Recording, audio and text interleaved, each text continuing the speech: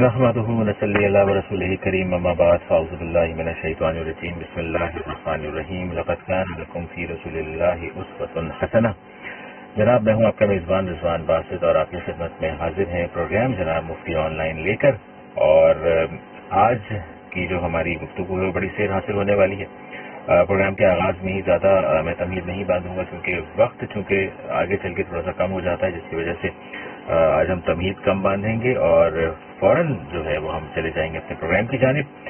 اور کیونکہ بہت سارے لوگوں کی جانب سے کچھ شکایات موصول ہوئی ہیں کہ ان کے پاس سوالات بہت زیادہ ہوتے ہیں لیکن وقت کی کمی کی وجہ سے جو ہے وہ کر نہیں پاتے ہیں، تو بہرحال ہم نے اس کا یہ طریقہ یہ ہے کہ جو بھی وقت ہمارا لگ جائے گا تو وہ کم سے کم لگے۔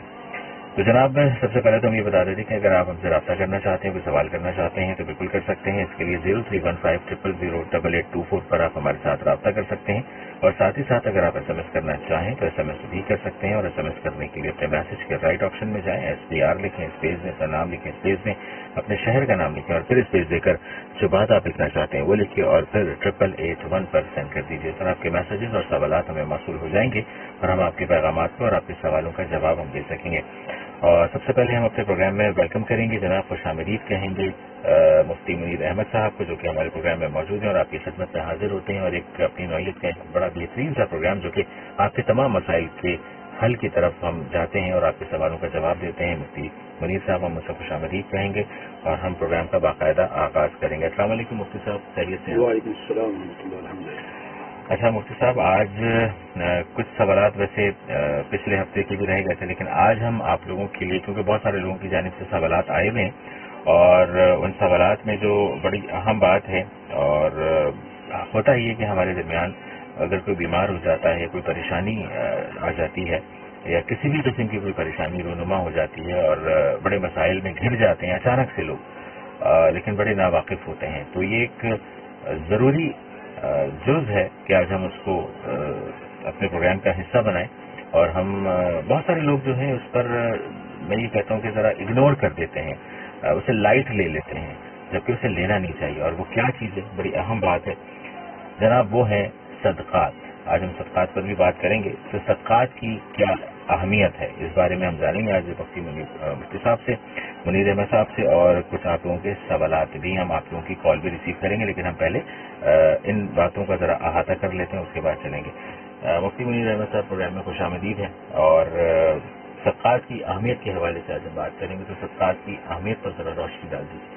نحمده ونصلي ونسلم على رسوله الكريم، اما بعد، اعوذ بالله من الشيطان الرجيم، بسم الله الرحمن الرحيم۔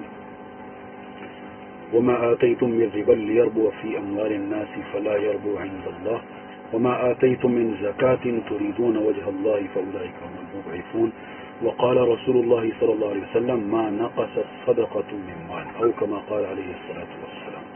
صلی اللہ علیہ وسلم۔ نبی کریم صلی اللہ علیہ وسلم کی عملی اور معاشرتی زندگی اس حوالے سے ایک بات چل رہی تھی جی، اور اسی کے ضمن میں یہ بات کہ صدقات کی اہمیت اس لحاظ سے بھی اور اس حوالے سے بھی کہ نبی کریم صلی اللہ علیہ وسلم نے صدقات کی ترغیب بہت زیادہ دی ہے۔ ٹھیک ہے، اس بارے میں قرآن شریف کی بھی کئی آیات موجود ہیں اور احادیث بھی موجود ہیں، میں بہت اختصار کے ساتھ ذکر کروں گا۔ جی، نبی کریم صلی اللہ علیہ وسلم کی ایک روایت مشہور ہے، الصدقۃ ترد البلا، کہ صدقہ مصیبت کو ٹالتا ہے۔ ٹھیک ہے، یعنی کہ صدقے کی اہمیت اور حیثیت کیا ہے، اس کی ایک سمجھنے کے لیے ایک مثال ہے، وہ یہ ہے کہ ایک شخص جس سے آپ محبت کرتے ہیں، جی، اس کی آل اولاد، اس پر آپ شفقت کرتے ہیں، اس کو کچھ دیتے ہیں، تو وہ شخص بہت خوش ہوتا ہے کہ یار یہ شخص میرے ساتھ کتنا مخلص ہے، نہ صرف یہ میری خدمت کر رہا ہے بلکہ میری آل اولاد۔ بالکل، یہ صرف ایک سمجھانے کے لیے ہے۔ اب اللہ کے بندوں کو کچھ دینا تو ظاہر ہے اس پر اس سے زیادہ اللہ تعالیٰ خوش ہوتے ہیں کہ یہ شخص میرے بندوں کا خیال کر رہا ہے۔ رہی بات یہ کہنا کہ بلاؤں کو ٹال دیتا ہے، اس کا مطلب یہ ہے کہ ایک مصیبت ہو سکتا ہے کہ وہ آ جاتی ہے، اس لیے کہ تقدیر دو طرح کی، ایک مبرم ہے ایک معلق۔ مبرم جو یقینی کہ بھائی یہ چیز ہونی، معلق اگر اس نے کوئی صدقہ کر دیا تو اب وہ مصیبت اس کے اوپر نہیں آئے گی۔ ٹھیک ہے. اب ہم بیماری میں علاج کرتے ہیں تو صدقہ بھی ایک علاج ہے. اچھا یہ ضروری نہیں کہ آپ کوئی بہت بڑا صدقہ کریں، آپ حیثیت کے مطابق کم صدقہ کر دیں. ٹھیک ہے. اخلاص کے ساتھ، ایک صرف دنیا کو اور لوگوں کو دکھانے کے لیے نہیں. حدیث میں آتا ہے کہ ما نقصت صدقۃ من مال، کہ صدقہ کرنے کی وجہ سے آپ کا مال کم نہیں ہوتا. دیکھنے میں لگ رہا ہے کم ہو گیا. خود زکوٰۃ کے بارے میں اللہ تعالیٰ فرما رہے ہیں کہ زکوٰۃ تو 2.5% ہم نکالتے ہیں نا، تو ایسا لگ رہا ہے کہ کم ہو گیا. اللہ تعالیٰ فرما رہے ہیں نہیں، وما آتیتم من زکوٰۃ تریدون وجہ اللہ فاولئک هم المضعفون. یہ لوگ اپنے مال کو بڑھاتے ہیں، بڑھانے والے ہیں. اور اس کا مشاہدہ بھی ہوتا ہے کہ وہ لوگ جو صاحب ثروت ہیں، صاحب حیثیت ہیں، اور وہ ایک تو ضروری صدقہ ہے جو زکوٰۃ ہے، اور اس کے علاوہ جو زکوٰۃ ہو یا صدقات نکالتے رہتے ہیں ان کے مال میں بہت برکت ہوتی ہے. ٹھیک ہے. اور جو نئی سیلری ہے ہی 50,000. صحیح ہے. وہ کتنی زکوٰۃ دے سکتا ہے؟ اس سوال کو اس تناظر میں ہاں، تو ہو سکتا ہے اس پر زکوٰۃ فرضی نہ ہو. اچھا. چونکہ وہ صاحب نصاب نہیں ہے. صاحب نصاب وہ شخص ہوتا ہے جس کے پاس 52.5 تولہ چاندی کی قیمت کے برابر سونا، چاندی، نقد پیسے، مال تجارت، یہ 4 چیزیں ان میں سے ہو سکتا ہے اس پر تو فرض ہی نہیں. لیکن اس کا یہ مطلب نہیں کہ صدقہ نہ دے یا دے نہیں سکتا. حسب حیثیت دے دے، حسب حیثیت دے دے، کبھی کم دے دے کبھی زیادہ دے دے، ٹھیک ہے. اس کے اوپر زکوٰۃ فرض نہیں ہے. زکوٰۃ فرض نہیں ہے. اور بالکل جس طرح سے مفتی صاحب نے بتایا کہ کس طرح فرض ہے، کتنے تولہ چاندی پر اور سونے پر. تو اس لیے وہ حضرات جو پریشان ہو رہے ہوتے ہیں اس حوالے سے، تو ان کو غالباً یہ جواب بالکل مل گیا ہوگا کہ صدقہ جو ہے اور کس طرح ہمیں دینا ہے اور کتنا دینا ہے فرض نہیں ہے، لیکن آپ نے دیتے رہنا ہے، کیونکہ یہ بیماریوں سے یا مشکلات سے یا مصیبتوں سے آپ کو نجات دلاتا ہے. اور اسی ضمن میں ایک بات اور کہ جی، اس پر بھی انشاءاللہ ہم ایک مستقل پروگرام کریں گے کہ اللہ تعالیٰ کے عرش کے سائے میں 7 لوگ ہوں گے. ان میں ایک شخص وہ بھی ہے کہ جو دائیں ہاتھ سے دے اور بائیں ہاتھ کو پتہ نہ چلے. واہ. وہ بھی ہوگا. یعنی ایک تو یہ نا کہ ویڈیو کو بلا لینا اور سب کو دکھانا اور جو دینا بھائی میں دے رہا ہوں. ایک شخص وہ ہے کہ اچھا ایسا آج بھی ہوتا ہے کہ ایک شخص دنیا سے چلا گیا، بعد میں پتہ چلتا ہے کہ یہ جو ایک شخص تھا یہ تو کئی خاندانوں کی کفالت کر رہا تھا.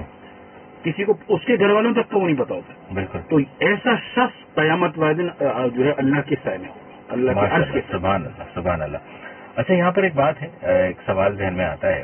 مختلف NGOs کام کر رہی ہیں، ظاہر ہے وہ بھی لوگوں کی کو ہیلپ آؤٹ کر رہے ہوتے ہیں، لیکن انہیں دکھانا بتانا پڑتا ہے تاکہ مزید ڈونیشنس آئے. کیونکہ دنیا کی ریت ہے، مطلب ریت یا روایت ہم کہہ لیں کہ جب تک ہم دکھائیں گے نہیں، پتہ نہیں لگے گا کہ ہاں بھائی یہ ادارہ ہے، یہ کلیکشن بھی کر رہا ہے، یہ لوگوں میں مستحقین میں ڈسٹریبیوشن بھی ہو رہی ہے.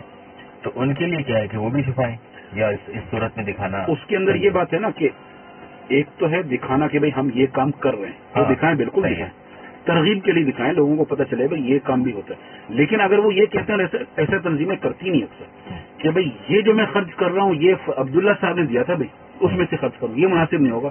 اس لیے کہ ہو سکتا ہے دینے والا بھی نہیں چاہتا ہوگا میرا نام. دینے والا کہہ دے کہ میں نے دیا، میرا نام لے دیں. ترغیب کے لیے دیا جا سکتا ہے، ترغیب کے لیے. نیت کے اوپر ہے، بالکل اس کی نیت کرا گئی. تو یہ تو بڑا گہرا معاملہ ہو گیا، یہ تو اللہ اور اس بندے کے درمیان کا معاملہ ہو گیا، کیونکہ نیتوں کا جاننے والے تو اللہ تعالیٰ ہیں. تو بہرحال جناب یہ چیز بھی ایک بہتر ہو گئی. اچھا دعا اور اس کی تعلیم کی کیا احکام ہے، یہ زیادہ بہتر رہے گا. دعا اور تعلیم کے احکامات کن صورتوں میں ہیں، اور دعا کی تعلیم دینا، کیونکہ اکثر عام طور پر بات کی جاتی ہے کہ یار دعا ہم لوگوں کو کہہ رہے ہوتے ہیں کہ دعا کی درخواست ہے، دعا کیجیے گا. پھر دوسری جانب بھی بات کی جاتی ہے کہ یار جس کے والدین زندہ ہیں آپ ان کی دعائیں لے لیں، آپ کیوں دوسروں کو کہتے ہیں کہ دعائیں کریں. اس طرح کی بھی بات سامنے آ رہی ہوتی ہے، معاشرے میں بڑی عام ہے. یہ کیا کہیں گے اس میں؟ دیکھیں ایک تو ہے دعا، نفس دعا اللہ سے مانگنا. جی ہاں. دعا جو ہے یہ بڑی اہمیت کی چیز ہے، ہر حالت میں ہے. حتیٰ کہ اگر کوئی شخص خود بہت بڑا ہم کہہ سکتے ہیں بزرگ ہے، وہ بھی دعا کا محتاج ہے. بلکہ قبل اس کے کہ میں بات کو آگے بڑھاؤں، جو ہم درود شریف پڑھتے ہیں وہ بھی تو ایک لحاظ سے دعا ہی ہے نا. اللہم صلی علی محمد، کہ اے اللہ نبی کریم صلی اللہ علیہ وسلم پر اپنی رحمتیں نازل فرما، یہ بھی تو دعا ہے. تو جب نبی کریم صلی اللہ علیہ وسلم کو ہم دعائیں دے رہے ہیں، لہذا اگر کوئی شخص کہتا ہے کہ ایک عام رواج ہے یار دعا میں یاد رکھنا، اور خاص طور پر یہ مسافر کے بارے میں آتا ہے مسافر کی دعا قبول ہوتی. لوگ عمرہ حج پر جا رہے ہوتے ہیں اکثر لوگ کہتے ہیں یار ان مقامات میں مجھے بھی یاد رکھنا. تو بالکل یہ کہنا بھی چاہیے, اور جس کو کہا ہے اس کا یہ حق بنتا ہے کہ وہ یا تو ان کا نام لے کر دعا کرے, کم سے کم ایک دفعہ تو کر ہی لے نا.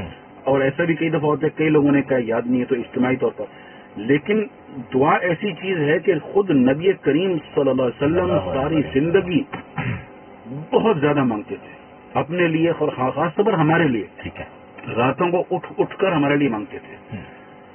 تو اللہ تعالیٰ نے تو یہاں تک کہا قرآن شریف میں کہ فَلَعَلَّكَ بَاخِعٌ نَفْسَكَ عَلَىٰ آثَارِهِمْ, کہ لگتا یہ کہ آپ اپنی جان کو ہی ہلاکت میں ڈال رہے ہیں, اتنا آپ آہوزاری کر رہے ہیں, مانگ رہے ہیں. جتنے غزوات ہوئے ان غزوات میں یہ ملتا ہے لازمی, غزوہ بدر میں, غزوہ احد میں, خاص طور پر غزوہ بدر میں, کہ آپ نبی کریم صلی اللہ علیہ وسلم جو ہے وہ اللہ تعالیٰ سے گڑگڑا کر رو کر مانگ رہے تھے.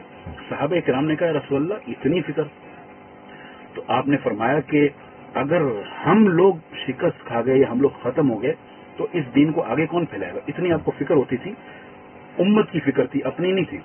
تو اس لحاظ سے دعا کی اہمیت حدیث میں آتا ہے کہ الدعاء مخ العبادہ, اور ایک میں الدعاء هو العبادہ, تمام عبادات کا مغز اور نچوڑ دعا ہے, اللہ سے مانگنا.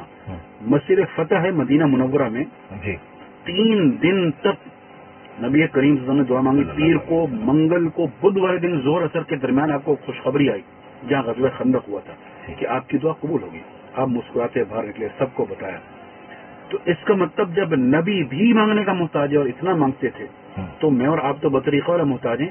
اور کئی دفعہ ایسا ہوتا ہے کہ کوئی مصیبت آپ کے اوپر ایسا لگتا ہے بس آ گئی اور آپ نہیں بچ پائیں گے, لیکن حدیث بتا رہی کہ ان الدعاء ينفع مما نزل ومما لم ينزل فعليكم عباد الله بالدعاء, کہ دعا ان چیزوں کو بھی ختم کرتی ہے جو نازل ہو چکی ہیں اور ان کو بھی جو بھی نازل ہوں گی, ابھی آئی نہیں. تو اس لیے دعا تو ایسی چیز ہے کہ ہر وقت اللہ کی طرف متوجہ رہنا چاہیے.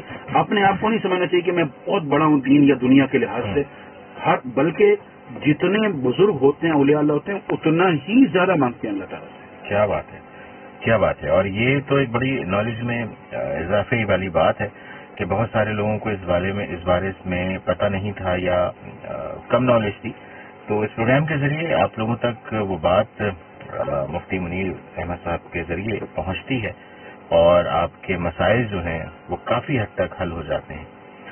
کیونکہ جس طرح اگر ہم بات کریں پچھلے پروگرام میں, تو میں نے کچھ عام فہم میں ہم گفتگو کر رہے ہوتے ہیں اور اپنی زندگی میں شامل رکھتے ہیں کہ نعمت اور رحمت والا معاملہ, کہ بیٹیاں رحمت ہیں اور نعمت ہیں. تو مفتی صاحب نے بتایا تھا کہ ایسی کہیں پہ کوئی بات نہیں ہے, اور نعمت بیٹیاں بھی ہیں, رحمت بھی بیٹیاں ہیں, اور بیٹے ہیں تو وہ بھی نعمت ہیں اور وہ بھی رحمت ہے. تو یہ والی بات ہے, کیونکہ ہم اصل میں پہلے سے چیزوں کو سنتے آ رہے ہیں, اور ظاہر ہے ہماری نالج نہیں ہے کیونکہ ہمارا مطالعہ نہیں ہے, ہم مطالعہ نہیں کرتے, ریسرچ نہیں کرتے, قرآن کو ترجمے کے ساتھ نہیں پڑھتے, احادیث کو نہیں پڑھتے. تو ہم اسی طرح تمام تر سنی سنائی باتوں پر چل رہے ہوتے ہیں اور ہم اس پر اپنی رائے بھی دے رہے ہوتے ہیں. تو ایسا ہے نہیں. تو اس لیے یہ پروگرام جو ہے وہ آپ لوگوں کے لیے بہت اہم ہے.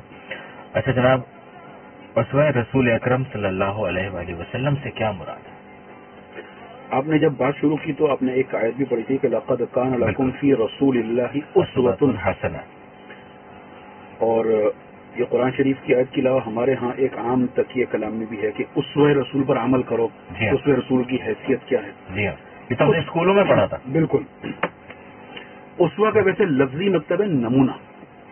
اسوہ رسول نبی کریم صلی اللہ علیہ وسلم کی زندگی ہمارے لیے گویا کہ بطور نمونہ ہے. اللہ تعالیٰ نے یہ نہیں فرمایا کہ نبی کریم صلی اللہ علیہ وسلم کا فلاں عمل تمہارے لیے نمونہ, بلکہ فرمایا کہ تمہارے لیے آپ کی ذات نمونہ ہے. کیا مطلب؟ صرف عبادات نہیں کہ نماز کیسے پڑھنی ہے, نہیں, تمام چیزیں زندگی کی. اس لیے کہ کئی چیزیں بندوں سے متعلق بھی ہیں. نبی کریم صلی اللہ علیہ وسلم ایک والد بھی تھے, ایک شوہر بھی تھے, ایک بیٹے بھی تھے, بتیجے بھی تھے, اور پھر آپ نے لوگوں کے ساتھ کئی قسم کے سلوک کیے, کفار کے ساتھ سلوک کیے, لین دین کیا, تجارت کی ہے. بالکل. غمی آپ کے اوپر آئی, خوشی آپ کے اوپر آئی.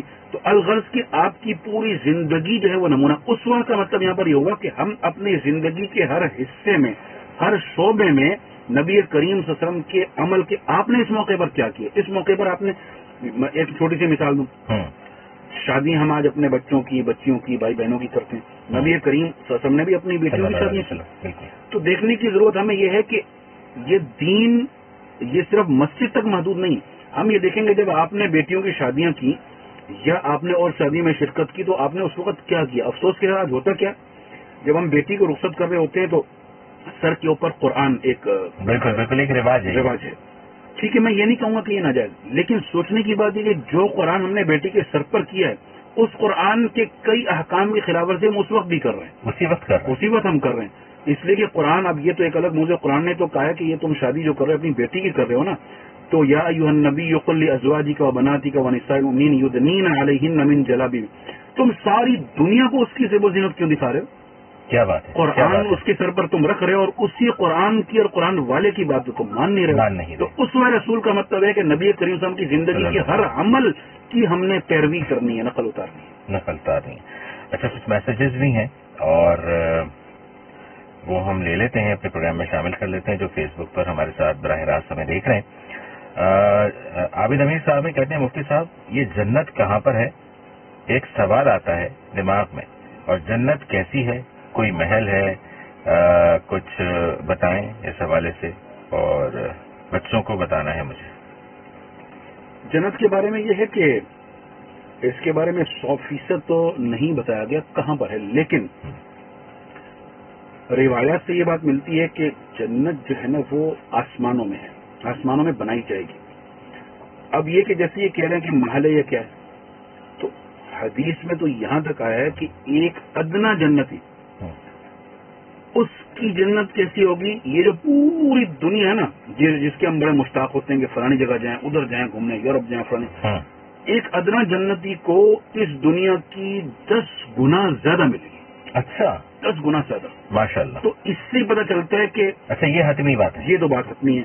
اس سے پتہ چلتا ہے کہ جنت ایسی چیز ہے کہ ہم دنیا کی کسی چیز پر اس کو ہم قیاس کر نہیں سکتے کہ اس طرح کی.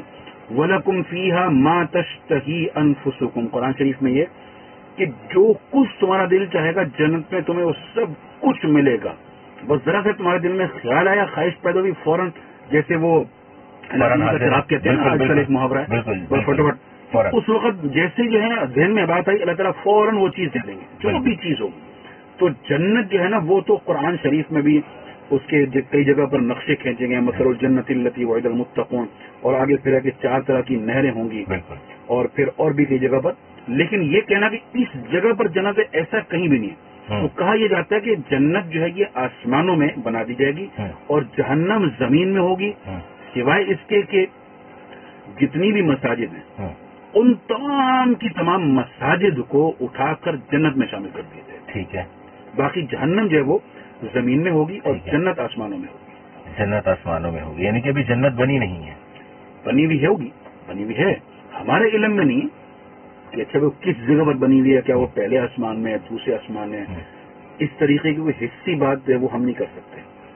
اچھا, یہ بھی بڑی نالجبل بات ہے, آپ کی نالج میں اضافہ ہو, کیونکہ ہم اکثر کہتے ہیں اس میں کہ جی لوگ کہتے ہیں بتاتے ہیں, اور اکثر ہم سوشل میڈیا پہ بھی دیکھ رہے ہوتے ہیں کہ پہلے آسمان پہ اس طرح کی جنت ہے, دوسرے آسمان پہ اس طرح کی جنت ہے, تیسرے آسمان پہ اس طرح کی جنت ہے, اس طرح 7 آسمانوں تک جو ہے وہ بتائی جا رہی ہوتی ہے. تو اس میں کوئی حقیقت نہیں ہے. جی ہاں, پہلے دوسرے کا کوئی چکر نہیں ہے. جنت کہاں ہے نہیں پتا. ٹھیک ہے, اچھا ابھی جو انتقال فرما جاتے ہیں جس میں وہ تمام عالم برزخ, جی ہاں اس کو عالم برزخ کہتے ہیں, اور دنیا میں آنے سے پہلے عالم ارواح کہلاتا ہے. عالم ارواح کہلاتا ہے جب تک ابھی جو لوگ نہیں آئے, اور جب مر کے تو پھر وہ عالم برزخ کہلاتا ہے. تو یہ سب چیزیں بھی وہ ہیں کہ جو اللہ تعالیٰ نے ان سب کی بہت تفصیل ہمیں دی نہیں ہے. وَيَسْأَلُونَكَ عَنِ الرُّوحِ قُلِ الرُّوحُ مِنْ أَمْرِ رَبِّي, لوگ آپ سے پوچھتے ہیں کہ روح کیا چیز ہے, یہ جان کیا چیز ہے, بھائی جب نہیں آئی تھی اور جب مر گیا تو اب, تو اللہ تعالیٰ نے اس کا تفصیل آپ خود ہی نہیں دیا. فرمایا قُلِ الرُّوحُ مِنْ أَمْرِ رَبِّي وَمَا أُوتِيتُم مِنَ الْعِلْمِ إِلَّا قَلِيلًا, کہ فرما دیجیے کہ جان یہ اللہ کے حکم سے ہے بس, اور تمہیں اس کا زیادہ علم نہیں دیا گیا بس. یعنی کہ زیادہ, وہ کہتے ہیں بعض لوگ کہتے ہیں کہ زیادہ سوچنا یا زیادہ اس بارے میں بات کرنا جو ہے وہ انسان کو پھر پاگل بھی کر دیتا ہے. کچھ چیزیں ایسی ہیں کہ ہاں کہ کچھ ایسی چیزیں ہیں کہ اس کی اتنی گہرائی میں نہ جایا جائے, ایسا ہی ہے کچھ. ٹھیک ہے جناب, اچھا، عابد امیر صاحب ہی کہتے ہیں کہ السلام علیکم رضوان صاحب اور السلام علیکم مفتی صاحب، وعلیکم السلام. پلیز کوئی ایسی خوشخبری سنائیں جس سے ایمان تازہ ہو جائے، مثلا کوئی جنت کی بشارت، اللہ کی طرف سے انعام. جنت کی بشارت تو کئی اعمال کے اوپر اللہ نے دی ہے نا، لیکن چونکہ اتفاق ہے کہ ابھی ہمارا جو موضوع ہے وہ چل رہا ہے نبی کریم صلی اللہ علیہ وسلم کی عملی معاشرتی زندگی نا، اس حوالے سے، اور جو آج کل میں یہ کہہ سکتا ہوں مبتلا عام، یعنی ایک عام خرابی کہہ لیں اس کو، کہ حدیث میں یہ ہے کہ جو شخص یہ چاہتا ہے کہ اس کی عمر میں برکت ہو، اس کے رزق میں برکت ہو، اس کو چاہیے فل یا صل رحم ہو، وہ صلہ رحمی کرے، اپنے رشتہ داروں کے ساتھ اور تمام اس کے ساتھ اچھا سلوک رکھے. ذرا ذرا سی بات پر جو ہم غصہ کر دیتے ہیں تو یہ نہ کرے، صلہ رحمی کرے، اچھے اخلاق سے پیش آئے تو اس کے رزق میں بھی برکت ہوگی، اس کی زندگی میں بھی برکت ہوگی. بالکل ٹھیک ہے، یہ سارا معاملہ جڑا ہوا ہے صلہ رحمی سے. بالکل بالکل ٹھیک ہے. اچھا، ہم اگلے سوال کی جانب بڑھیں گے کہ سنت رسول سے کیا مراد ہے اور اس کی کیا اہمیت ہے؟ ابھی جیسے پہلے بات ہم نے کی نا اسوہ رسول نا، تو سنت کا مطلب بھی ہے کہ نبی کریم صلی اللہ علیہ وسلم کا طریقہ، اور آپ کا جو طریقہ ہے وہ ہر چیز میں، عبادات کے اندر بھی ہے، معاملات کے اندر بھی ہے، دوسروں کے ساتھ لین دین میں بھی ہے. ٹھیک ہے. تو سنت، اب یہ الگ بات ہے کہ جب ہم اصطلاح میں آتے ہیں کہ فرض سنت واجب، یہ وہ نہیں ہے، اس لیے کہ ہو سکتا ہے کہ جو چیز سنت ہے وہ فرض یا واجب بھی ہو، لیکن یہ سنت کا مطلب یہ ہے کہ نبی کریم صلی اللہ علیہ وسلم کا طریقہ کار کیا ہے. ٹھیک ہے. تو اب وہ ہر چیز کے اندر آپ نے لین دین میں بتایا اور کھیتی باڑی کے سلسلے میں بتایا، تو صحابہ کرام کو کئی آپ نے مشورے بھی دیے اور کئی چیزوں کی حدود متعین کی. ٹھیک ہے. اب ہم آج جب اپنے اور چیزوں میں جاتے ہیں نا، اب میں ایک چھوٹی سی مثال دوں کہ ہمارا رہن سہن، اٹھنا بیٹھنا، ہمارا لباس، اس میں بھی سنت ہے کہ بھائی کون سا مثلا لباس جو ہے وہ صحیح ہے یا کون سا صحیح نہیں ہے، آپ کا لباس کس طرح ہوتا تھا، آپ کے بال کس طرح ہوتے تھے، آپ کا دوسروں کے ساتھ اٹھنا بیٹھنا کیسے تھا، آپ کیسے آتے جاتے تھے، کوئی آتا تھا اس کے ساتھ کیا سلوک کرتے تھے. تو ان سب چیزوں کو دیکھنے کی ضرورت ہے کہ ہماری زندگی میں. اچھا، ایک آخری درجہ یہ ہوتا ہے کہ ایک مثال ہے کہ میں یہ سمجھتا ہوں جب اپنے پر غور کرتا ہوں کہ بھائی کچھ سنتیں ہیں جو میں شاید نہیں کر پا رہا نا، ٹھیک ہے، تو چلیں، لیکن کم سے کم اتنا تو ہونا کہ نبی کریم صلی اللہ علیہ وسلم کی جو سنت تھی اس کو برا تو نہ سمجھیں، اس کو برا تو نہ کہیں، اس کا مذاق تو نہ اڑائیں. پردہ ہے، خواتین کا پردہ ہے، اب اگر کوئی نہیں کر رہی تو نہیں کر رہی، لیکن جو ہے اس کو برا بلا کہنا، اس کو مذاق اڑانا اور اس کے عجیب عجیب الفاظ دینا، یہ گویا کہ ڈائریکٹ اللہ تعالیٰ اور نبی کریم صلی اللہ علیہ وسلم پر بات جاتی ہے. حالانکہ ہیں تو ہم مسلمان، لیکن ہمارا ذہن اس طرح منتقل نہیں ہوتا ہے. اچھا، اب ہم بڑھیں گے جناب کالر کی جانب، کیونکہ بہت دیر ہو گئی، ہم نے کال نہیں لی، لیکن جانے سے پہلے میں ایک سوال یہ کرنا چاہوں گا کہ اکثر یہ بات بھی سامنے آئی ہے پردے کے حوالے سے کہ اگر ہماری بہنیں، ہماری مائیں، ہمارے اور دیگر جو خواتین ہمارے رشتے میں ہیں اور جو محرم ہیں یا نامحرم بھی ہیں خواتین کے حوالے سے، ان میں ہماری بہنیں بھی شامل ہیں اور مائیں بھی شامل ہیں، یہ ہے کہ جناب کہ اگر ہم نے پردہ نہیں کروایا، اگر شادی شدہ ہیں تو شوہر سے سوال ہوگا، بہن ہے تو بھائی سے سوال ہوگا کہ بھائی اپنے عورتوں کو کیوں پردہ نہیں کرایا، اس میں کتنی حقیقت ہے؟ حدیث میں ہے کہ کلکم راعٍ وکلکم مسئول عن رعیتہ، کہ تم میں سے ہر شخص جو ہے وہ محافظ اور نگہبان ہے، اور ہر شخص سے پوچھا جائے گا اس کے ماتحتوں کے بارے میں. یہ حدیث ہے، اور آپ جو بات کر رہے ہیں وہ تقریباً اس سے ثابت ہوتی ہے کہ وہ جن مثلا جیسے والد ہے تو اس کے ماتحت جو ہے وہ اس کی بیٹی ہے، شوہر کے ماتحت اس کی اہلیہ ہے، بڑے بھائی کے ماتحت اس کی بہن. تو جیسے دنیاوی چیزیں ان کو پرووائڈ کرنا وہ ہماری ذمہ داری ہوتی ہے، تو یہ والی چیز اس میں نماز بھی داخل ہے، جیسے پردے کی آپ بات بالکل بالکل نماز، اور حدیث میں تو یہاں تک آتا ہے کہ اپنے گھر میں ایک کوڑا لٹکا کے رکھو. اچھا، نماز کے بارے میں، اور نماز کی تاکید کرو، صرف بولو نہیں، اس کے اوپر بتاؤ اور سزا دو. تو جس طریقے سے دنیا میں اگر ہم گھر پہ والوں کو کھانا پینا نہ دیں تو ساری دنیا ملامت کرتی ہے، ہمارے سسرال ملامت کرتا ہے، تو یہاں پر یہ ذمہ داری بھی ہمارے اوپر عائد ہوتی ہے کہ چاہے وہ نماز ہے چاہے وہ پردہ ہے، کہ ہم اپنا حق ادا کریں، ہم تاکید کریں جو بھی ہمارے ماتحت ہے کہ بھئی پردہ کیجیے، پردہ کیجیے. بالکل ٹھیک ہے. مفتی صاحب ہم بڑھیں گے اب کال کی جانب. کال آ چکی ہے. جی السلام علیکم، کون اور کہاں سے؟ جی وعلیکم السلام، مجھے واجد رمضان کہتے ہیں، شہزاد پنڈیٹن کراچی سے. جی واجد رمضان صاحب، کیا آپ پوچھنا چاہیں گے؟ جی پہلے تو کہوں گا کہ اللہ آپ کو آپ کے مہمان کو خوش رکھے، آباد رکھے، صحت والی زندگی. آمین. میرے دو سوال ہیں. جی. پہلا سوال تو یہ ایک تو بندہ گھر میں جھوٹ بولتا ہے، مذاق سے یا ایسے ہی ہے، ایک دوستوں زیادہ میسج میں بھیجتے ہیں اور ایک جیسے آپ کا پروگرام چل رہا پوری میڈیا چل رہا پورا پاکستان ہو گیا. اب مزاق میں کسی کے بارے میں نے جھوٹ بول دیا اور وہ جھوٹ ہے وہ میں جانتا ہوں کہ یہ جھوٹ ہے. تو یہ مزاق میں جھوٹ بول دینا اس کی کیا سزا ہے؟ اور دوسرا میرا سوال یہ کہ ایک عورت اپنے خاوند کی خدمت کرتی اسے کسی چیز کی کمی نہیں رکھتی، ہر طرح سے اس کی خدمت کرتی اس سے بات مانگتی ہے کہ اس کو یہاں تک کہ اس کو اپنا دل جان سب کچھ قربان کر دینا چاہتی ہے، مگر چور جو ہے نا آگے جو اس کے خلاف سے گالی سے بات کرتا ہے، اسے غصے میں رکھتا ہے، اس کو دھکے دیتا ہے، لڑتا ہے، مارتا ہے. تو ایسے کے بارے میں کیا خیال ہے اور کیا جواب دیں گے آپ؟ اور دوسرا یہ اس عورت کے بارے میں کچھ اس طرح بتا دیں کہ وہ کچھ پڑھ کے اپنے شوہر کے اوپر پھوٹے کہ وہ ذرا ٹھیک راہ پہ چل جائے، یعنی جھگڑے فساد گالی گلوچ سے وہ دور ہو جائیں. چلو اللہ آپ کو خوش رکھے، بات اچھے سے پڑھ لیجیے. بہت شکریہ واجد رمضان صاحب، ہمارے ساتھ ایکسپو 9 پر موجود تھے اور ان کے 2 سوالات ہیں. ہم جانیں گے ہمارے مفتی منیر احمد صاحب سے. مفتی منیر احمد صاحب دونوں سوالات. پہلا سوال تو ان کا یہ تھا کہ اور یہ ایک ابتلاء عام ہے، یعنی ایک میں یہاں تک ہوں شاید مجھ میں بھی ہو اور لوگوں میں بھی ہو، مذاق میں جھوٹ بولتے ہیں. صحیح. اور پھر جب اگلا شخص کوئی مسئلہ پریشان ہوتا ہے تو پھر جا کر یار میں تو مذاق کر رہا تھا. گناہ جو ہے نا وہ مذاق میں بھی گناہ ہی رہتا ہے، گناہ ہی رہتا ہے. یعنی جھوٹ ہے، چاہے وہ مذاق میں بول دے یا ویسے بول دے، جھوٹ ہی ہے. اور کئی دفعہ مذاق میں جھوٹ بولنے کے نتائج بھی بہت برے ظاہر ہو جاتے ہیں. یعنی اللہ تعالیٰ کی طرف سے اس کا وبال جو انہوں نے پوچھا وہ تو ہے ہی نا.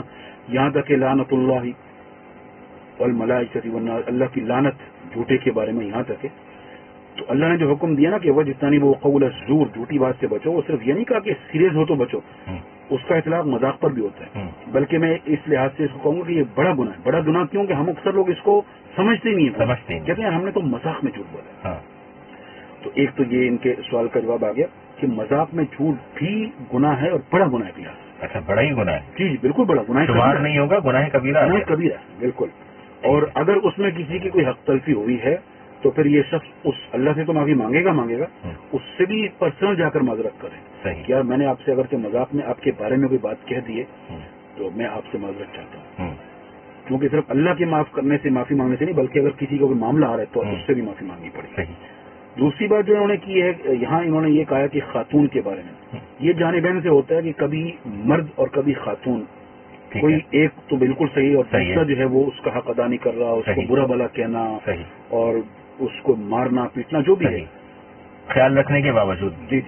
تو اس بارے میں بہرحال وہ جو متاثرہ مرد یا خاتون ہے انشاءاللہ وہ تو ظاہر ہے کہ اللہ کے ہاں تو مجرم نہیں ہے، لیکن اس کو ایک دنیا میں سزا مطلب تکلیف تو ایک ہو رہی ہے ظاہر ہے. اس پر صبر کے ساتھ ساتھ اگر اس کا کوئی تلافی، ایک تو انہوں نے پوچھا کہ وظیفہ بتا دیں میں بتاتا ہوں، لیکن دنیا کے اندر یہ ہے کہ جیسے ہمارے ہاں اس کو جرگا یا پنچایت کہتے ہیں کہ نا بھائی کوڈ ووڈ کے چکر میں نہ پڑیں، لیکن گھر کے بڑوں کو، خاندان کے بڑوں کو بٹھا کر اس کے اوپر اس طریقے سے کہ وہ جیسے کہتے ہیں نا کہ سانپ بھی مر جائے لاٹھی بھی نہ ٹوٹے، افہام و تفہیم سے. اور رہی بات وظیفہ یا ودود، اس کی کثرت کی جائے، یا ودود اسی نیت سے. ودود کا اصل میں لفظی معنی ہے، یہ اللہ تعالیٰ کا نام ہے، اور ودود کا مطلب ہے کہ بہت زیادہ محبت کرنے والا. یہاں پڑھنے کا مقصد ہے کہ اے اللہ اس کے دل میں میری محبت ڈال دے تاکہ یہ اس طرح کی حرکتیں نہ کرے. تو یا ودود کی کثرت بغیر جنہیں بار بار اسی نیت سے پڑھے کہ اس کا جو مسئلہ ہے وہ حل ہو جائے. صحیح ہے. یا ودود جو ہے وہ کثرت سے پڑھی جائے، کاؤنٹنگ کوئی نہیں ہے. اچھا، کاؤنٹنگ کے حوالے سے مفتی صاحب کیا کہیں گے؟ کچھ لوگ کہتے ہیں جی 111 بار پڑھنی ہے، کوئی کہتے ہیں 1000 بار پڑھنی ہے، کوئی کہتے ہیں 5000 بار پڑھنی ہے، کوئی کہتا ہے 11 دفعہ پڑھنی ہے، کوئی 60 دفعہ. تو یہ جو حد باندھ دینا ہوتا ہے اس کا کیا ریلیشن؟ حد باندھی جا سکتی ہے، حد کا مسئلہ نہیں، لیکن حد بعض دفعہ اس لیے باندھی جاتی ہے کہ کوئی ایسا نہ ہو کہ بس کوئی 1-2 دفعہ پڑھتی ہے بس وہ چھوڑ دے، اس لیے بھی حد باندھتے ہیں کہ چلو بھائی کم سے کم اتنا تو پڑھ ہی لو نا. اب یہ جس شخص کا مسئلہ ہے نا، تو اگر وہ اس کو پتہ ہے کہ میرا مسئلہ بڑا شدید ہے تو پھر وہ تو ایسا کرے گا بھی نہیں کہ 1-2 پڑھ کے چھوڑ دے. وہ تو جیسے میں نے اس کے بارے میں کہا نا کہ یہاں کوئی لمٹ نہیں کہ اتنی دفعہ پڑھنا، بس جب تک مسئلہ حل نہیں ہو رہا وہ سمجھ رہا ہے اٹھتے بیٹھتے پڑھتے رہے. لیکن اگر کہیں کسی کی کوئی لمٹ ہے تو اس میں ایسا کوئی مسئلہ نہیں ہے وہ کئی وظائف خود بخود ایسے ہیں بھی کہ جن میں بتایا گیا کہ اتنی دفعہ پڑھ لو. ٹھیک ہے، اس طریقے سے پڑھ لیا جائے. ایک اور کال ہے، ہم دیکھ لیتے ہیں ہمارے ساتھ کون ہے. جی السلام علیکم، کون اور کہاں سے؟ وعلیکم السلام، اور مفتی صاحب کی خدمت ہے محمد خان کا پیار والا السلام علیکم. وعلیکم السلام. میرے 3 سوال ہے. میں انکر ہوں، میرے پاس علم نہیں ہے، دینی علم نہیں ہے، میں دینی علم سے بھی محروم ہوں، اور میں اللہ کا پسندیدہ انسان بننا چاہتا ہوں. میں اللہ کا حکم میں وہ کون سا ایسا حکم ہے؟ میں اپنے اللہ کے بندوں سے بہت مخلص رہتا ہوں، اور میں یہ چاہتا ہوں کہ علم نہ ہونے کے باوجود بھی میں اللہ کے پسندیدہ لوگوں میں آ جاؤں. تو اس کے لیے کون سا عمل کروں اس کے بارے میں بتا دیجیے. اور دوسری بات جو ہے، میرے پاس گھر میں اللہ کا شکر ہے ضروریات کی ہر چیز موجود ہے، اور میری وائف کے ساتھ زیور نہیں ہے. میری تنخواہ 28,000 روپے. مجھ کو لوگ بولتے ہیں کہ آپ پہ قربانی کی واجب ہے اور آپ پہ زکوٰۃ بھی فرض ہے، لیکن میری کوئی انکم نہیں ہے، کوئی بینک اکاؤنٹ نہیں ہے. تو اس کے بارے میں بتا دیں. اور میری والدہ کے لیے وکیل صاحب دعا کیجیے گا، ان کی حالت ناساز ہے، اور میں ان کی خدمت تو کر رہا ہوں، اور ڈاکٹروں نے جواب لے دیا. تو پلیز آپ سب سے دعاؤں کی ریکویسٹ ہے. اللہ حافظ. اللہ حافظ. اللہ تعالیٰ آپ کی والدہ ماجدہ کو جو ہے وہ جلد از جلد صحت شفا کاملہ عاجلہ عطا فرمائے. آمین. اچھا، جہاں تک انہوں نے پہلی بات کی ہے کہ جیسے یہ خود کہہ بھی رہے ہیں، اور یہ بہت بڑی بات ہے کہ یہ کہنا کہ بھائی مجھے دین کا اتنا پتہ نہیں ہے، اور جہاں تک انہوں نے کہا کہ میں ان پڑھ ہوں، تو ایک تو یہ ان کا بڑا پن ہے کہ یہ کہنا. دیکھیں، اس کا کوئی وظیفہ نہیں ہے. اس کے لیے یہ ہے کہ جو ضروری چیزیں اس کا علم اب بھی حاصل کریں، اس سے کہ سیکھنے کی کوئی عمر نہیں ہے. یعنی کہ فرض کرتے ہیں جیسے آپ کہہ رہے ہیں کہ مجھے اتنا پتہ نہیں ہے، تو اور نہیں تو آپ کی مسجد میں اگر کوئی امام صاحب وغیرہ یا جو بھی ہے، ان سے آپ نماز کیسے پڑھتے ہیں اور اس میں کیا پڑھنا ہے، اس کے فرض کیا ہیں، واجب کیا ہیں، زکوٰۃ کے مسائل کیا ہیں، اس طرح کی چیزیں سیکھنا تھوڑا شروع کر دیں. اس کے بعد کیونکہ اکثر عمومی طور پہ مغرب کے بعد ایک بیان کا بھی ایک نشست ہوتی ہے جو کہ 15 منٹ 20 منٹ کی ہوتی ہے، مساجد میں ہو رہی ہوتی ہے، تو اس میں بھی بیٹھ جائیں. 15 منٹ 20 منٹ 2-4 باتیں اس میں بتائی جاتی ہیں تو وہ نقش بھی ہو جاتی ہیں. جی بالکل بالکل ایسا ہی. اور انفرادی طور پر بھی جیسے ماشاءاللہ ان کا جذبہ ہے، ان کی تڑپ ہے. جی. دوسری بات انہوں نے جو کی ہے کہ بھائی لوگ یہ کہتے ہیں کہ آپ کے اوپر قربانی بھی واجب ہے اور زکوٰۃ بھی فرض ہے. تو بات یہ ہے کہ لوگوں کے کہنے سے کچھ نہیں ہوتا ہے، لوگ جو مرضی کہتے ہیں. جیسے انہوں نے خود یہاں تک بھی کہا کہ میری اہلی کے پاس کوئی زیور بھی نہیں ہے، بالکل، اور انکم یہ بتانے میری 28,000 ہے بس. تو بظاہر تو آپ کے اوپر نہ زکوٰۃ فرض ہے نہ قربانی واجب ہے، اس لیے کہ 52.5 تولہ چاندی کی قیمت کے برابر جو آج کل تقریباً 1,80,000 بنتی ہے. تو اگر آپ کے پاس 1,80,000 زو سے زائد ہوں جو آپ کی باتوں سے لگ رہا نہیں ہے، تو آپ کے اوپر زکوٰۃ فرض ہو جائے گی اور قربانی واجب ہوگی. اور سونا بھی آپ کے پاس نہیں، ہر پر منتھ اگر کسی کی 1 لاکھ سم تھنگ جو آپ نے بتایا، نہیں ایک دفعہ 1,80,000 اس کے بعد ضرورت سے زائد آ گئے تو وہ شخص صاحب نصاب بن گیا. اگلے سال جب وہی تمام اخراجات کو فلفل کرنے کے بعد، جی ضرورت سے زائد، تو یہ شخص یہ لوگ یہ تو صاحب نصاب ہے. مفتی صاحب اس میں ضروریات بھی، کیونکہ بنیادی ضروریات کو ذرا واضح کر دیجیے گا. لوگ ضروریات میں تو بہت ساری چیزوں کو شامل کر لیں گے، لیکن بنیادی ضروریات لوگ خود بھی سمجھتے ہیں کہ بنیادی ضروریات کیا چیز ہے. یہ اس لحاظ سے بھی اہم ہے نا کہ ہو سکتا ہے کسی شخص کی تنخواہ 1.5 لاکھ ہو، 2 لاکھ ہو، ایک مثال ہے. صحیح ہے. تو یہ نہیں ہے کہ وہ صاحب نصاب بن گیا، کیونکہ اس کا خرچ بھی اس کے لحاظ سے نا. بنیادی ضروریات تو ہے، سمجھے کھانا پینا ہے، اور اہل و عیال جو اہلیہ ہے، والدین ہیں یا بچے ہیں، ان کی جو بھی ضروریات جو آپ کے دن میں وہ ہیں. آپ کی مثال دے دوں کہ جس کی انکم بہت کم ہے وہ شاید دن میں 1 کلو دودھ لیتا ہے، اور جس کی انکم زیادہ ہے وہ شاید 4-5 کلو لیتا ہے. تو شریعت نے اس کا اعتبار رکھا ہے. شریعت نے یہ نہیں کہا کہ بھئی یہ تم جو ہے نا وہ فضول خرچی کر رہے ہو. تو ضرورت میں یہ سب چیزیں جو روزمرہ کے استعمال کی وہ بھی شامل ہو جاتی ہیں. کوئی بیمار ہو گیا اس کی. اچھا، تیسرا جو سوال انہوں نے بہرحال وہ تو والدہ کے بارے میں تھا، لیکن دوسرے سوال کے بارے میں آپ ذہن میں رکھ لیں کہ آپ صاحب نصاب نہیں جیسے آپ بتا رہے ہیں، لہٰذا آپ کے اوپر نہ زکوٰۃ فرض ہے نہ آپ پر قربانی واجب ہے. نہ زکوٰۃ فرض ہے. باقی والدہ کی انشاءاللہ ضرور ہم دعا کریں گے، اور آپ بھرپور خدمت ان کی کرتے رہیں، علاج کرواتے رہیں، کیونکہ والدہ ہی جو ہیں آپ کی وہ انشاءاللہ آپ کے لیے ذخیرہ آخرت اور جنت ثابت ہوں گی. جتنی آپ ان کی خدمت کر لیں، ان کی دعائیں لے لیں، وہ انشاءاللہ آپ کے لیے نجات کا باعث بنے گی. انشاءاللہ آمین. اچھا، والدہ کی حوالے سے بات ہو رہی ہے تو ایک سوال ذہن میں آتا ہے کہ والدہ کی بہت سارے لوگ خدمت کر رہے ہیں، کچھ کر چکے اور کچھ قاصر ہیں، کیونکہ ماں کا اور بچوں کا رشتہ ایک بڑا اہم ہوتا ہے. وہ کنیکشن جو ہے وہ بڑا مضبوط ہوتا ہے. والدین کا رشتہ اپنی اولاد سے دنیا کا سب سے مضبوط رشتہ ہم اسی کہتے ہیں کہ والدین کا اپنے بچوں سے ہے. والدین جب رخصت ہو جاتے ہیں، اس دنیا سے چلے جاتے ہیں، اولاد ان کے لیے صدقہ جاریہ کہا گیا ہے، اولاد ہی صدقہ جاریہ ہے. اگر کسی کو بہت زیادہ لگاؤ ہے، اٹیچمنٹ بہت زیادہ ہے اپنے والدین کی، بہت ماں کی، باپ کی، جو اس دنیا سے رخصت ہو گئے ہیں، ان کی بہت یاد آتی ہے اور اللہ سے وہ دعا کرتے ہیں کہ یا اللہ پاک جب ہم اس دنیا سے جائیں تو یا اللہ پاک ہمیں بھی اپنے والدین کے ساتھ ہمیں وہاں رہنا نصیب فرما، اپنی رحمت کے سائے میں رکھ، ہمیں ملا دے اوپر وہاں. کیا ایسا ممکن ہے اللہ تعالیٰ دعاؤں کو سن لیں؟ اور اگر نہیں بھی ہے دعا کرتے ہیں تو کیا اللہ تعالیٰ وہاں پر فیملی کو یکجا کریں گے اگر وہ جنت میں جا رہے ہیں یا کچھ جنت میں ہیں اور کچھ نہیں ہیں اس صورت کی؟ کیونکہ یہ تھوڑی سی ایسی ہے، اکثر سوالات میرے پاس آ رہے ہوتے ہیں. تو جب یہ بات ابھی نکلی اور تسلسل جو ہے اس کا چل بھی رہا اور لنک بھی کر رہا تو میں نے اس تناظر میں یہ سوال کیا. یہ ویسے بھی عام طور پر یوں بھی دیکھا گیا ہے لوگوں میں کہ وہ چاہتے یہ ہیں کہ دنیا سے تو سب نے جانا ہے تو اپنے قریبی کے پاس جو ہے دفن ہوتے ہیں. بالکل ایسا ہے.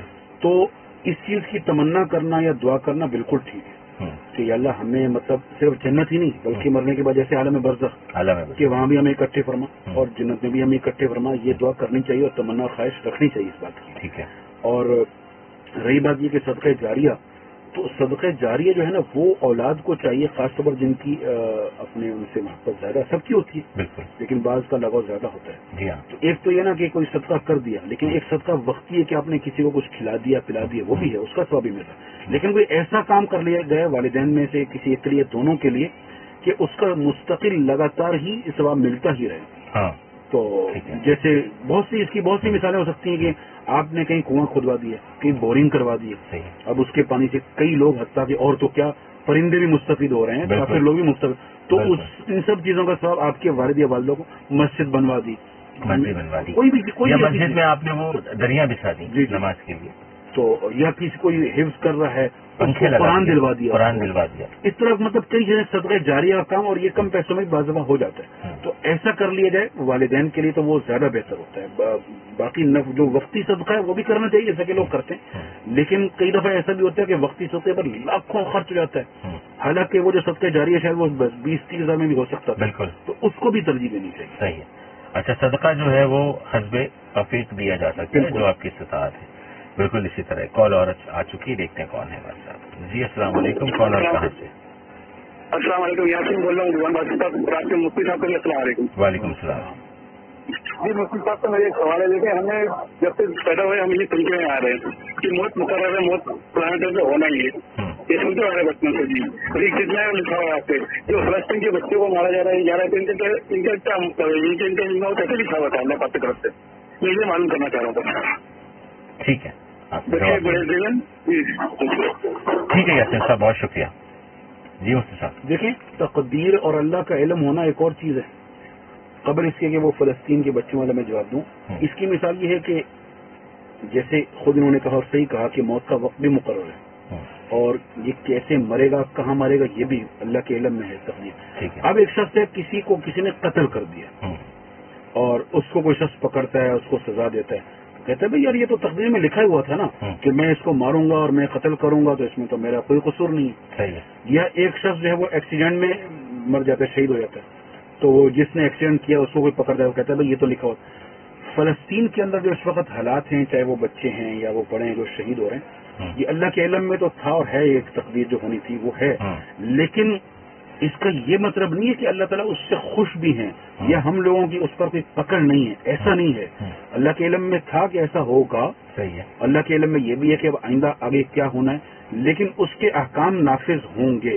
یعنی کہ اس میں جو مجرم ہیں اللہ کے سزا اور جزا تبھی تو پیدا ہوگی، بالکل تبھی تو حساب کتاب ہوگا. ایسے ہی معلوم تو ہے اللہ کو، وہ چاہیں تو روک بھی سکتے ہیں، لیکن سزا اور جزا پھر ایک چیز ایڈ ہو جاتی ہے نا کہ روز حشر جو روز محشر کا میدان سجے گا تو اس میں سزا اور جزا کا معاملہ بھی ہوگا. بالکل. تو اسی لیے تو یہی چیزیں بنی ہیں. اب وہ اس میں ظاہر ہے کہ اس طرح سے اگر شہادت ہو رہی ہے وہاں کے بچوں کی، وہ خیر دنیا دیکھ رہی ہے اور دنیا کے سامنے ہے یہ کہ اس طرح نہیں ہونا چاہیے تھا، لیکن وہ ہو رہی ہے تو واقعی دل میں یہ بات آتی ہے کہ جب ہر چیز علم کا ہونا الگ بات ہے اور ایسا ہو جانا الگ بات ہے. اور اس کے اوپر جس کو پتا ہے، جیسے دنیاوی مثال کے ایک باپ کو پتا ہے کہ میرا یہ بچہ میری بات نہیں مانے گا. ہاں. اس کو پتہ ہی نہیں مانے گا، لیکن اس کا یہ مطلب نہیں کہ وہ بعد میں کہ ابا جی آپ کو تو پتہ ہی تھا. ہاں. تو کیا میں تو نہیں کروں گا. ہاں. لیکن جزا سزا پھر بھی ہوگی، دنیاوی لحاظ سے بھی ہوگی، اخروی لحاظ سے بھی ہوگی، دونوں لحاظ سے ہوگی. اچھا، اس وقت ہمارے پاس ایک اپڈیٹ بھی آ چکی ہے جو کہ ہم وقت پر دے دینا چاہتے ہیں اور ہم دے بھی رہے ہوتے ہیں. جو لوگ اس وقت سفر میں ہیں ان کو ہم بتا دیتے ہیں، اور جو لوگ رخت سفر باندھنا چاہتے ہیں وہ بھی ہم بتا دیتے ہیں. بلوچ پل چڑھائی جانب محمود آباد 3rd ٹریک پر ٹینکر خراب ہو گیا ہے اور عوام الناس دوران سفر جو ہے وہ احتیاط برتیں. ٹریفک پرابلم فی الحال کوئی نہیں ہے. ٹریفک پولیس موجود ہے، ٹریفک کو رواں دبا رکھے ہوئے ہیں، اس لیے وہ حضرات جو ان راستوں پر سفر کر رہے ہیں وہ اپنا سفر تحمل اور احتیاط کے ساتھ جاری رکھیں. پروگرام کا وقت اپنے اختتام کی جانب جو ہے جناب وہ پہنچ چکا ہے.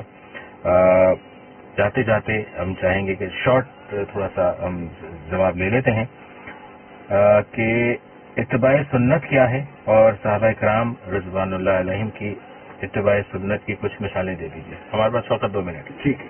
اتباع سنت یعنی نبی کریم صلی اللہ علیہ وسلم کی کا کوئی بھی طریقہ ہے اس کی پیروی کرنا، اس پر عمل کرنا. یہ صحابہ کرام کے اندر تو یوں کہیے کہ جیسے محاورہ کوٹ کوٹ کر بھرا ہوا تھا. ٹھیک ہے. کہ وہ نبی کریم صلی اللہ علیہ وسلم کی ان چیزوں میں بھی نقل اور اتباع کرتے تھے جو شرعی حکم ہے بھی. جیسے آپ نے کہا مثالیں تو بہت ساری، چلے ایک آدھ مثال. حضرت علی رضی اللہ تعالیٰ انہوں نے کئی دفعہ ایسا کیا کہ اس زمانے میں سواریاں، یہ جو جانور تھے، گھوڑے ہیں اور اونٹ ہیں، یہ تھے.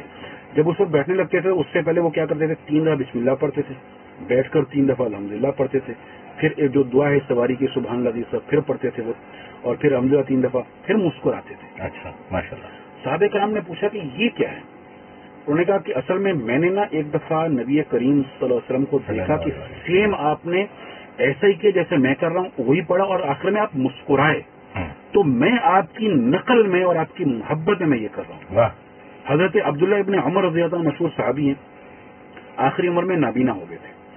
تو ان کے شاگرد ہیں حضرت نافع رحمہ اللہ. وہ کہتے ہیں کہ آپ نابینا ہو گئے، حج پر آتے تھے تقریباً اکثر، تو میں بھی آ رہا تھا. تو ایک راستے میں ایک جگہ کا بھی ذرا دیکھو چیک کرو، آگے بڑا پتھر نظر آ رہا ہے، چٹان سی کہاں آ رہا ہے. کہا مجھے وہاں لے چلو، اور پھر کہا تم چلے جاؤ میں آتا ہوں. وہاں بیٹھ گئے ایسے جیسے قضاء حاجت کر رہے ہوں، پیشاب کر رہے ہوں، کیا نہیں پیشاب. پوچھا لوگوں نے یہ کیا تھا. کہا اصل میں جب میں نبی کریم صلی اللہ علیہ وسلم کے ساتھ آیا تھا نا حج کرنے، تو اس جگہ پر آپ نے بیٹھ کے قضاء حاجت کیا تھا، میں اس کی نقل میں یہ کر رہا ہوں. کیا حالانکہ قضاء حاجت نہیں کی، نہیں، مطلب یہ عمل کو دہرایا صرف محبت میں.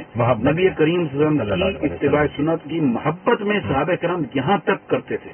تو اس لیے ہمیں چاہیے کہ ہم جو اصل احکامات دین کے اس میں بھی اتباع سنت کی خوب کوشش کریں. ٹھیک ہے. اتباع سنت سے مراد جو ہے وہ جناب نبی پاک صلی اللہ علیہ وآلہ وسلم کی محبت میں اس عمل کو دہرانا اتباع سنت کہلاتا ہے. پروگرام کا وقت ختم ہوا چاہتا ہے. اگلے جمعے کو پھر آپ کی خدمت میں زندگی رہی تو ضرور حاضر ہوں گے. مجھے اور مفتی منیر احمد صاحب کو اپنی دعاؤں میں یاد رکھیے گا. اگلے جمعے ہم پھر حاضر ہوں گے آپ کی خدمت میں پروگرام مفتی آن لائن کے ساتھ. جب تک کے لیے اپنے میزبان اور مفتی منیر احمد صاحب کو اجازت دیجیے. اللہ حافظ. پاکستان زندہ باد. پاکستان پائندہ باد.